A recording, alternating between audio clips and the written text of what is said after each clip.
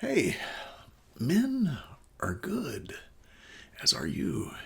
And I want to thank Gillette for putting out that commercial.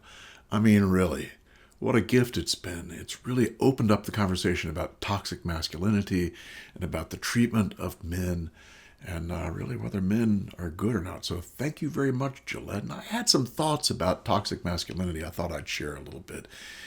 And the first is the way the feminists have administered this whole thing over the last 50 years. I think it's kind of critical and kind of important to look at that. And what they've done is it's kind of like third party abuse. And for those of you who don't know what third party abuse is, this is, let's take an example. A woman accuses her husband of domestic violence. False accusing, right? And she falsely accuses him of domestic violence, and he's like, "What? I didn't do anything." And then she goes to the domestic violence shelter. She says, "My husband beat me. He did this, he did that, he did the other," right? And immediately, the domestic violence shelter believes every word she's saying. And what do? They start abusing the husband. They call him in. They call the police, and they make him go to this and that. And it's like now they're kind of taking the role of the abuser from the original woman who was the false accuser, right? So this is what they're calling third-party abuse, and it's actually a research-driven topic now. If you look at the research, there's research out there talking about this whole idea of third-party abuse. But what struck me was this is exactly what feminists did. 50 years ago, the feminists were pretty violent in their rhetoric. I mean, they were calling men names and pigs and thises and that's, and it was pretty strong, pretty strong. But since then, you don't hear them say that much. And why is that? Well, I think a part of that reason is that the feminists have used gynocentrism to push this idea. Because, anytime you have gynocentrism and you've got a woman saying she's got a problem, everyone jumps, right? Everybody jumps. So the feminists have said, "Oh, we've been tied to the tracks. We've been tied to the tracks on this issue or that issue or whatever." And so everyone listens.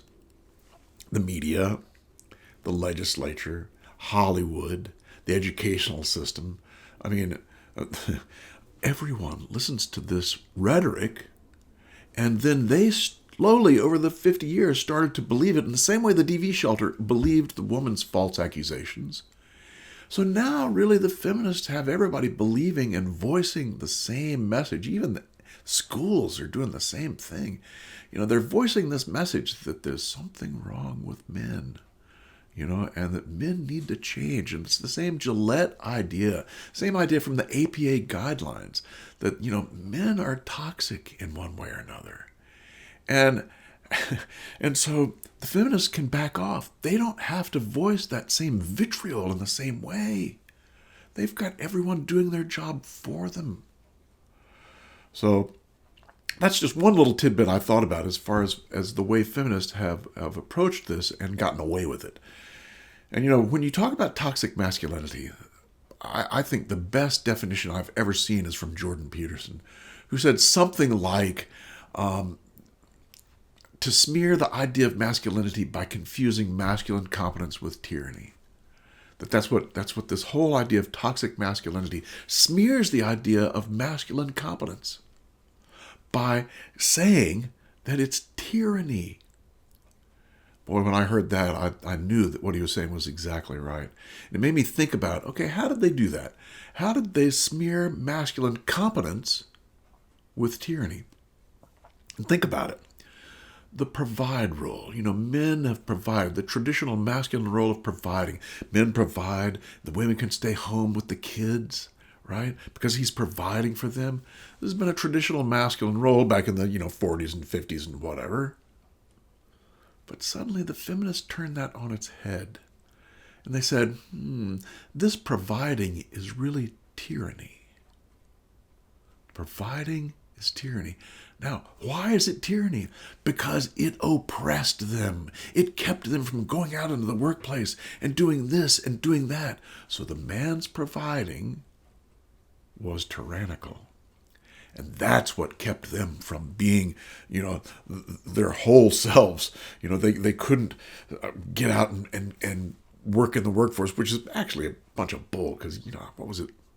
I forget what the percentage is, but a considerable amount of women worked outside the home in the 1950s and even the 40s. But you don't hear much about that. But anyway, the point is that they have equated masculinity with tyranny. Providing, this whole thing of providing has been connected to tyranny. Okay? So provide and protect. Protect, how has that been associated with tyranny? Well, guess what? When you protect women, the feminists have turned that, opening the door, holding things, for them, and doing this and doing that, standing up when they enter the room, all this stuff that used to be got turned around. And now, instead of protecting them, it's infantilizing them. It's making them infants, right? So men need to stop this tyranny of treating women like infants and start to treat them like human beings with agency. So you see how both provide and protect have been switched into this whole idea that there's something wrong with men. There's something wrong with the way they do this. How could they treat us like this? And the whole sexual stuff. Oh man, the whole sexual stuff. That's just this dance. When I was little, when I was young, it was this dance of, well, should I try and hold her hand? Should I try and do this? Should I try and do that? And it was a game that we played, and it was, it was risky in some ways, especially for the boys, but it was also kind of fun and stimulating, and everyone kind of enjoyed it, right? But now the feminists have taken that whole dance and turned it into something tyrannical. Men now have to ask every step of the way if they are okay, if the women are okay with the men taking this next step, right? Okay, how is that not infantilizing them? Can't women say, no, Buster, get your hands off of me. I don't want to do that today, blah, blah, blah, blah. If women were really strong, wouldn't you think they'd be able to do that? But no, they've turned this whole dance. Because what are the three roles for men? The triple P's, the provide, protect, and procreate. And so they've turned the procreate into the same thing. It's tyrannical. He's abusing us. He's abusing us by not asking us first if he can do X, Y, Z. Oh, man. Just crazy stuff, don't you think? I think it's crazy. And then there's the, what does this tyrannical idea go against? And if you look carefully, what you find is that it's the alphas that they're after. It's the alphas they can't stand. The guys who have enough provisions for 100 women and enough provisions to protect 100 women. And of course, women fall over that like bears to honey, right?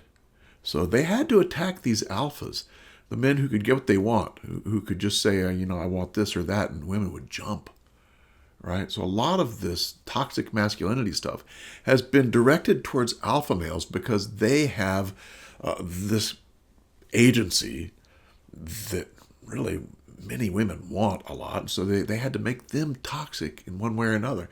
And when you think about it, what makes an alpha male? What makes an alpha?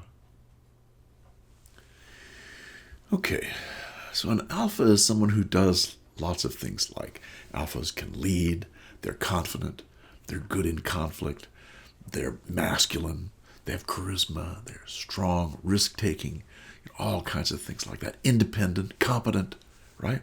All those things. Pisses feminists off pretty bad, all those things. But guess what? Here's the kicker, and here's what's so important for us to realize.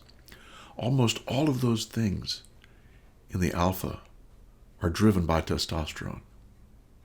And so the very things that feminists are trying to rid from men are biologically in men.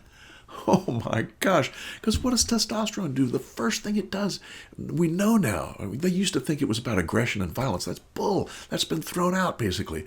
Now they know that testosterone is about striving for status.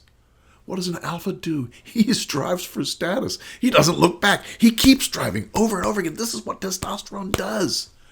The more testosterone you have, the more likely you're going to strive for status and keep striving, right?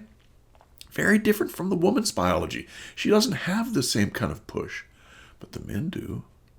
But you see, now the feminists are shaming them and calling this tyrannical. But it's literally in our bodies. It's what's driving us, but it does more than that. What does an alpha do? Alpha's not afraid of anything, right? And guess what? Testosterone lowers fear. It lowers fear. What else does an alpha do? He takes risks. What does testosterone do? Testosterone increases the man's willingness to take risks, right? Over and over again, he's more than willing to take risks. So you got this striving for status, lower fear, willing to take risks. Sound like an alpha to you? Yeah, so far so good, but there's more. You know, they found that testosterone has this thing called threat vigilance. Threat vigilance. And this means that with higher levels of testosterone, the men are more likely to respond to a challenge, to respond to a threat by protecting their status, right? Does that sound like an alpha to you? Yeah, I think it does. I think it does. It's all about striving for status and protecting that status once you get there. Now remember, this is in testosterone. This is in our biology. This is not something that's socialized. This is not something that men can easily change. You know, they can try and be less alpha, but most men are going to have this juice in them that pushes them in that direction. And so the whole feminist thing is lies about men. It's lies about men that they've been pushing now for 50 years. Men need to be who they are. And of course, we know men are good, right? But they need to be who they are. And it reminds me of a quote I wanted to share with you. Let's see if I can find it. Maybe I can't find it. Where did I? All right, let's see. Earth to Tom, come in, Tom. Here it is. It's from the brothers Carl. It's a quote from Dostoevsky. And it goes like this. Above all, don't lie to yourself. The man who lies to himself and listens to his own lie comes to a point that he cannot distinguish the truth within him or around him, and so loses all respect for himself and for others. And having no respect, he ceases to love. Think about that. Feminists have been lying for years. They have spread those lies all sorts of places. They have bought those lies where they believe them, just like the quote is talking about. And what he says there at the end, and having no respect, he ceases to love. And tell me something. How much love do you see in feminism these days? I don't see much. I think they've fallen prey to this quote. I think that because they have suckered into their lies, suckered everybody into their lies, including themselves, for years and years and years, it's left them loveless. At least that's the way I see it. And that's enough for today, man. Men are good, as are you. Come and like, subscribe, and all that stuff, and we'll see you.